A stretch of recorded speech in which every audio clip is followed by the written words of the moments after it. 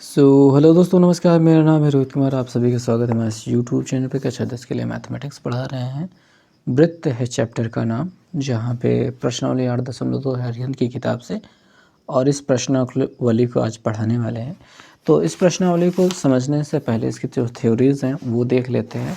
ज़्यादा कुछ बड़ी थ्योरी नहीं है, बट थोड़ी सी है, देख लेना चाहिए। देखिए भाई, एक बिंदु से वृत्त की स्पर्श रेखाओं की संख्या, यानी किसी एक बिंदु से वृत्त पर कितनी स्पर्श रेखाएं खींची जा सकती हैं, वो हम यहाँ पे देखते हैं। पहली स्थिति आ जाती है जब कोई बिंदु वृत्त के अंदर स्थित हो तो वहाँ से कोई भी स्पर्श रेखा नहीं खींची जा सकती है। दूसरी स्थिति आती है जब वह बिंदु वृत्त पर स्थित हो। वृत्त पर यहाँ पे देखेंगे वो बिंदु P यहाँ पे स्थित है, तो उससे केवल एक स्पर्श रेखा खींची जा सकती है। तीसरी स्थिति आती है जब वृत्त के बाहर स्थित हो, तो वहाँ पे दो स्पर्श रेखाएं खींची जा सकती है। यही है अधिकतम संख्या। तो किसी भी वृत्त किसी भी बिंदु से जो कि वृत्त से बाहर स्थित है, उससे अधिकतम दो स्पर्श रेखाएं खींची जा सकती हैं, और दोनों की लंबाइयाँ क्या होती है, बराबर होती हैं। और वृत्त के बाह्य बिंदु से खींची गई वृत्त की स्पर्श रेखाओं की लंबाइयाँ, यानी कि यहाँ वाले इस बिंदु से इसकी दूरी जो होती है, ये जो बराबर होती है, इसी की लंबाई को ज्ञात करने के लिए एक प्रमेय है, जो कि प्रमेय सीधे सीधे सिद्ध करने के लिए, देखिए प्रश्न के रूप में आपको यही दिया जाएगा कि सिद्ध कीजिए कि किसी बाह्य बिंदु से वृत्त पर खींची गई स्पर्श रेखाएं समान लंबाई की होती हैं। सीधे सीधे बस यही प्रश्न जैसे हमने बोला वही लिख कर किया जाता है, और कुछ भी साथ में नहीं दिया जाता है। तो इसको सिद्ध करने के लिए आपको बस ऐसे करना होता है। देखेंगे प्रश्न ऐसे ही करना होगा। सबसे पहले बात तो दिया है, लेना होगा। दिया तो भले ही नहीं है उसमें कुछ, लेकिन ज़बरदस्ती लेना होगा।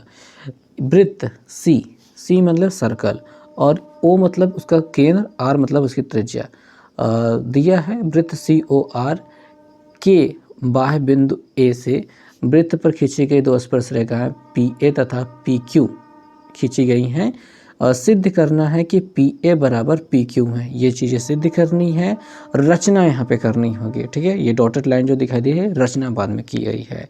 आपको रचना करनी है कि OA ऐसे लिखना होगा, OA और OP और OQ को मिलाया। यहाँ पे मिलाइए लिखा है, हम मिलाया लिखेंगे।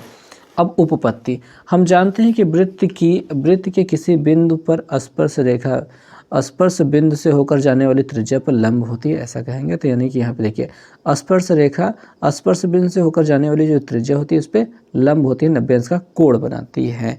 यहाँ AP स्पर्श रेखा है और OP जो है त्रिज्या है।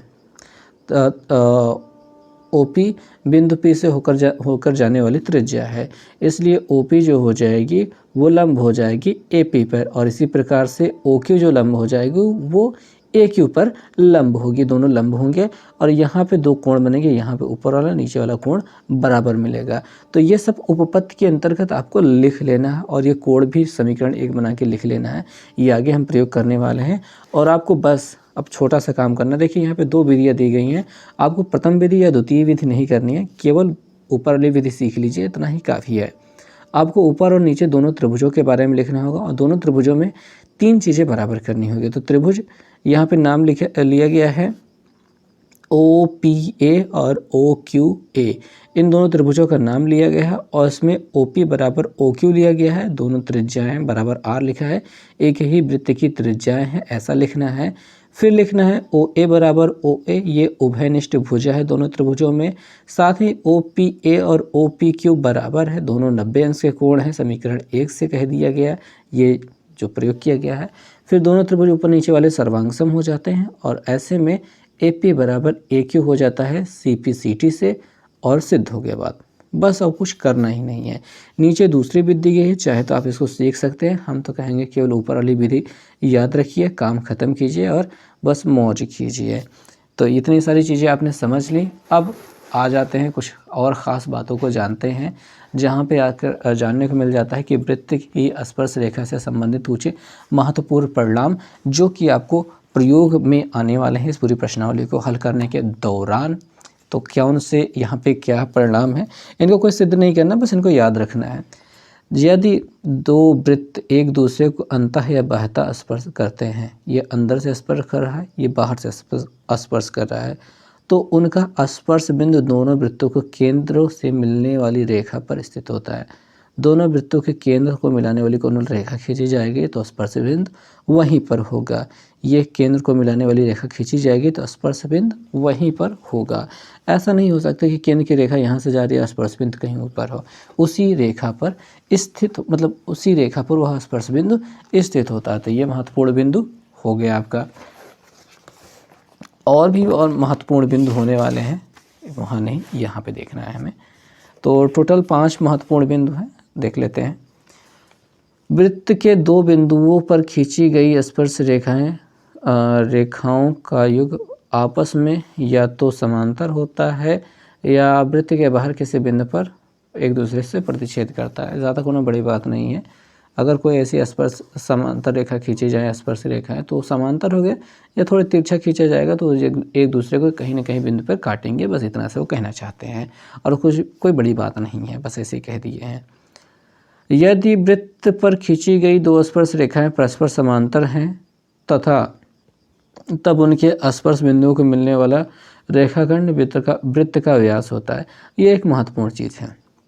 इसका प्रयोग एक प्रश्न में करना, कम से कम करने में तो आता ही है, मतलब ये आपको याद रखना है। याद क्या रखना है, हो जाएगा काम।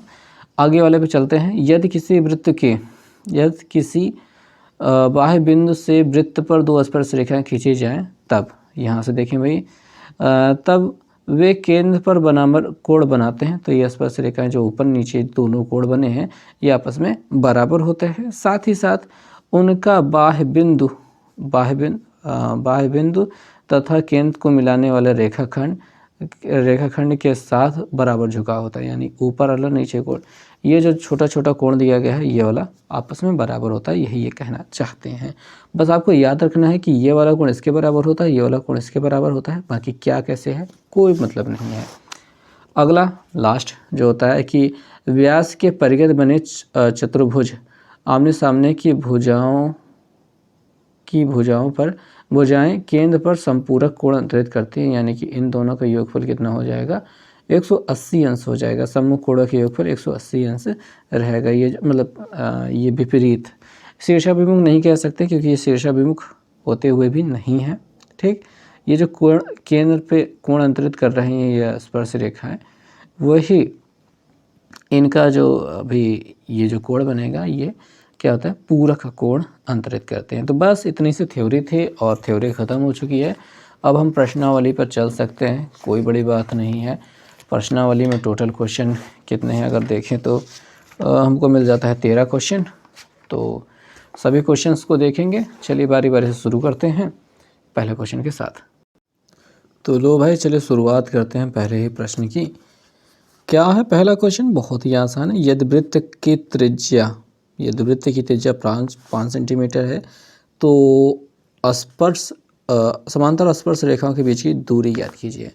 यानी कि हमें वृत्त की त्रिज्या दी गई है, वृत्त की त्रिज्या, तो ये कितनी है, 5 सेंटीमीटर। अब जानते हो भैया कि कोई अगर अच्छा यहाँ पे देख लो, क्या बहुत दूर जाना है, मतलब कोई ऐसा वृत्त है और समांतर स्पर्श रेखा खींची गई है, तो भाई थोड़ी देर पहले ही बताया गया कि भाई कहाँ से जा सकते हो आप लोग, व्यास से होकर के जाओगे, भाई यही तो आपकी लिमिट है। और अगल बगल से अगर आप निकल गए तो फिर जवाब कौन देगा, कौन जवाब देगा, तो केंद्र से होकर जाना पड़ेगा भाई। तो व्यास होता है, तो ये समझ में आ रही बात। आइए लिख लेते हैं, चीज़ों को लिख लेते हैं ना अच्छे से। हम जानते हैं कि यहाँ पे ऐसे ही उत्तर देना है। हम जानते हैं कि वृत्त की स्पर्श रेखा समांतर स्पर्श रेखाएं, वृत्त की समांतर स्पर्श रेखाओं के स्पर्श बिंदुओं को मिलाने वाला रेखाखंड वृत्त का व्यास होता है। इसलिए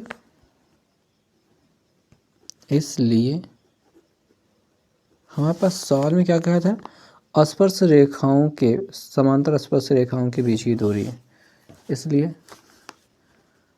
समांतर स्पर्श रेखाओं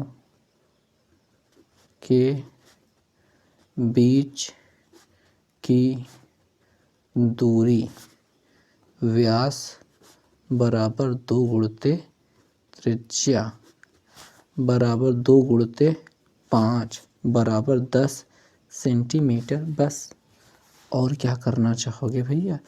एक छोटे से सवाल को हमने बहुत लंबा खींचा। और अब अगला दूसरा प्रश्न देखेंगे क्या है प्रश्न में। ज़्यादा कोई बड़ी बात तो होनी नहीं चाहिए दूसरे प्रश्न में। यदि ए बी और बी सी केंद्र ओ वाले वृत्त की स्पर्श रेखा है जबकि कोण ए ओ सी बराबर 120 अंश, तब कोण ए बी सी के मान ज्ञात कीजिए। ज़्यादा कुछ नहीं करना है, ऐसा एक वृत्त बना लेना है, बन गया, इसका केंद्र देख लेना है और यहाँ से ऐसे स्पर्श रेखा खींच लीजिए। अब स्पर्श रेखा का नाम क्या है, ए बी और बी सी है, यानी बी कॉमन है तो बी यहाँ पे होना चाहिए। ये ए बी हो गया, ये बी सी हो गया और हमें क्या दिया गया है, केंद्र इसका ओ दिया है, मिला दीजिए भाई इसे झंड से। और ए ओ सी बराबर दिया गया है 120 अंश। अब आपसे ए बी सी का मान पूछ रहा है, ठीक। तो क्या करोगे भाई, क्या करोगे, कुछ नहीं करना है, ऐसे लिख लेना है वृत्त, जो हमारा वृत्त है सी ओ आर, ठीक, कि स्पर्श रेखाएं क्या है, स्पर्श रेखाएं वो क्या है, ए बी तथा बी सी हैं। अब कोण ए ओ सी बराबर 120 अंश है। यहाँ पे लिखो, हम जानते हैं कि, क्या जानते हैं भैया, हम जानते हैं कि क्या स्पर्श रेखा तथा स्पर्श बिंदु पर खींची गई त्रिज्या, स्पर्श रेखा तथा स्पर्श बिंदु पर खींची गई त्रिज्या परस्पर लंब होते हैं, या फिर के बीच का कोण 90 अंश होता है, परस्पर लंब होते हैं। इसलिए कोण कौन सा, यहाँ पे जो ए बन रहा है ओ ए बी और ओ C B, O A B बराबर 90 अंश, कोण ओ सी बी बराबर 90 अंश, इतना कह लिया। अब कह दो त्रिभुज ए बी सी ओ में, त्रिभुज ए बी नहीं, ये चतुर्भुज है, चतुर्भुज ए बी सी ओ में चारों कोणों का नाम लिखो और कह दो कि 360 के बराबर होते हैं। इसका इसका इसका इसका सभी का कोण ए प्लस कोण बी प्लस कोण सी प्लस कोण ओ बराबर 360। कोण ए पे कितना बनेगा, ए पे कितना बनेगा 90 बना है, बी पे कितना बना है वो उसके बारे में पता नहीं है, सी पर कितना बना है 90 बना है, ओ पर कितना है वो तो 120 दिया गया है और बराबर 360, सभी को जोड़ डालो तो कोण बी प्लस 90 90 18, 18 में 20 जोड़ेंगे 200, 200 और ये जोड़ने पर 300 हो जाएगा, 300 हो गया बराबर 360 है, उस पार भेज दो। कोण बी बराबर हो जाएगा 360 माइनस 300 और कितना मिल जाएगा, कोण बी बराबर मिल जाएगा 60 अंश, यानी कि कोण ए बी सी बराबर कितना हो जाएगा 60 अंश, यही उत्तर हो जाएगा। प्रश्न को ज़बरदस्ती खींचना कोई हमसे सीखे, मतलब क्या ज़रूरत है ये चीज़ लिखने की, लेकिन लिखोगे तो ज़्यादा बेहतर हो जाएगा भाई।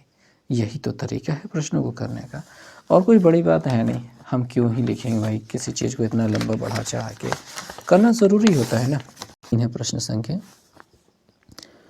7 सेंटीमीटर त्रिज्या वाले वृत्त के केंद्र से 25 सेंटीमीटर दूरी पर स्थित किसी बिंदु से वृत्त पर खींची गई स्पर्श रेखा की लंबाई ज्ञात कीजिए।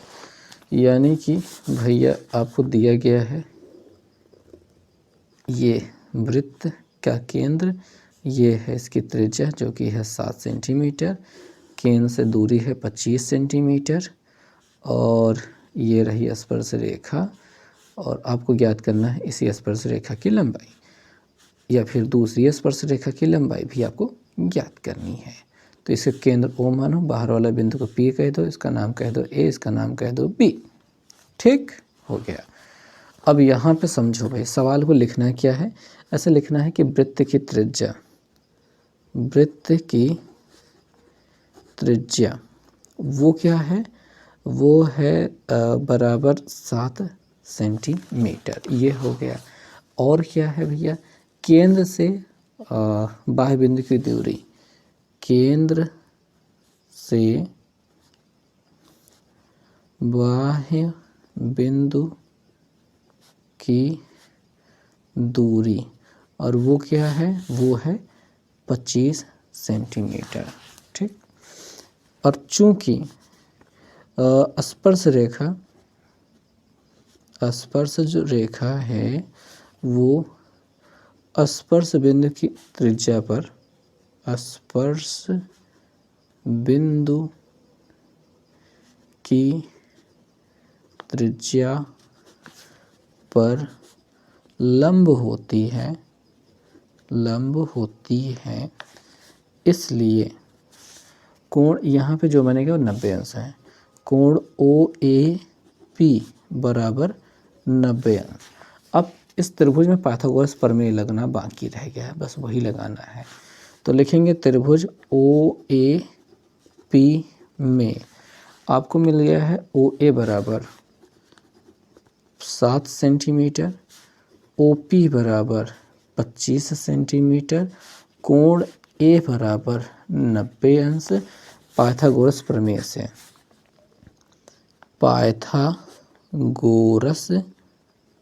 प्रमेय से बस यही बचा है, और इसी से उत्तर आपको मिलेगा। क्या मिलेगा, 90 अंश के सामने वाला कर्ण होता है, ये अकेले रहेगा, बाकी दो जने साथ में रहेंगे, तो उसके सामने वाला जो है वो OP है, OP स्क्वायर बराबर हो जाएगा OA square plus OA square plus AP square. So AP हमको लिखना था AP स्क्वायर, थोड़ी सी गलती हो गई है। OP की वैल्यू है 25, यहाँ पे भी दिखाई दे रहा है, बराबर OA की वैल्यू है 7 प्लस AP तो हमको निकालना है। 25 का वर्ग होता है 625 होता है, बराबर 7 सते 49 होता है, प्लस AP स्क्वायर है, इसको इधर भेज देते हैं। 625 माइनस 49 बराबर AP। ये बार बार B क्यों बन जा रहा है मुझसे, एक के बाद B लिखने की इतनी गंदी आदत पड़ चुकी है। खैर घटाते हैं, 15 में से 9 गया 6, और यहाँ पे बचेगा 1, हाथ से लीजिए, 11 में से 4 गया 7, ये बचेगा 5, 576 हो रहा है। AP स्क्वायर बराबर, तो AP बराबर हो जाएगा √576, और 576 किसका होता है, 24 का होता है, इसके अलावा हो ही किसका सकता है, ये 24 का होना चाहिए AP का। ठीक है, तो AP बराबर 24 सेंटीमीटर होना चाहिए। अब एक बार स्क्वायर रूट निकाल लेते हैं, नहीं पता चला कि हमने गलत कर दिया। 576 है, 2 से कट रहा है, 2 दूनी 4, 2 8 16, 2 8 16, 2 से काटा 144, इसको 12 से काटो 12 मिल जाएगा, 12 से काटो 1 मिल जाएगा, 12 में 144 होता है। 12 का जोड़ा बन रहा है, बाहर निकला, 2 का जोड़ा बन रहा है, 2 निकला, 12 दूनी 24, यानी कि उत्तर सही है। तो 24 सेंटीमीटर हमारा उत्तर सही है इस प्रश्न के लिए। ओके, क्लियर रही बात। तीसरा प्रश्न भी हो चुका।